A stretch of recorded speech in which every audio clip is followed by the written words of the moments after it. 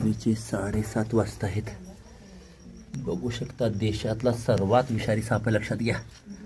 मन्यार कदाचित लोकांना कल्पनाही नसते. आणि हा खरं तर इथं झाडी झुडपं दिसत आहेत, पण यांचं म्हणणं असं की समोरून आला.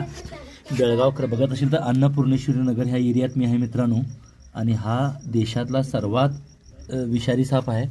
आता याच्याबद्दल म्हणजे लोकांना थोडंसं सोशल मीडियामुळे माहीत होतं आहे, पण शक्यतो लोक नागालाच धोकादायक समजतात, नाकालाच विषारी समजतात. पण नागापेक्षा जवळपास 4.5 पटीने विषारी असलेला हा साप रात्री फिरतोय. यानंतर तर सप्टेंबरनंतर हा मोठ्या प्रमाणात दिसू शकतोय.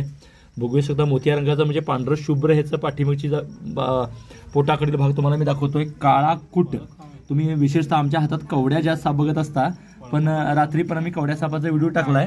आणि हा मात्र तुम्ही बघू शकता की आता मन्यार आहे. मन्यार हा काळा कूट असतो, लक्षात घ्या. तो ब्राऊन कलरचा असतोय आणि हा काळा कूट असतोय. त्यातला दोनातला फरक नाही तर टिपके जे असतात किंवा त्याच्यावरची लायनिंग दोन्ही आडवे सारखेच वाढतात. पण मन्यार हा देशातला सर्वात विषारी साप आहे. हा सापानच खातोय, लक्षात घ्या. अंडी जवळपास 8-10 अंडी घालू शकतो. हा अंडी घालणारा साप आहे, पण नागापेक्षा विषारी असतोय. आणि रात्रीच्या वेळेला फिरतो, हे विशेष आहे, लक्षात घ्या. फक्त रात्री दिसतोय. आणि गवतात, खुल्या मैदानात, विटा दगडाच्या भेगातनं किंवा घरात सुद्धा येऊ शकतोय. रात्री झोपणाऱ्या माणसाला येऊन चावणे हे याचं वैशिष्ट्य म्हणावं लागेल. त्यामुळे धोकादायकी आहे. पण हा इतर विषारी सापापेक्षा थोडासा शांत असतोय.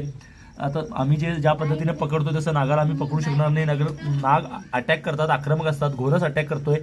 हा मात्र शांत वाटणारा साप आहे आणि तो चावतोय, विषारी फार असतोय.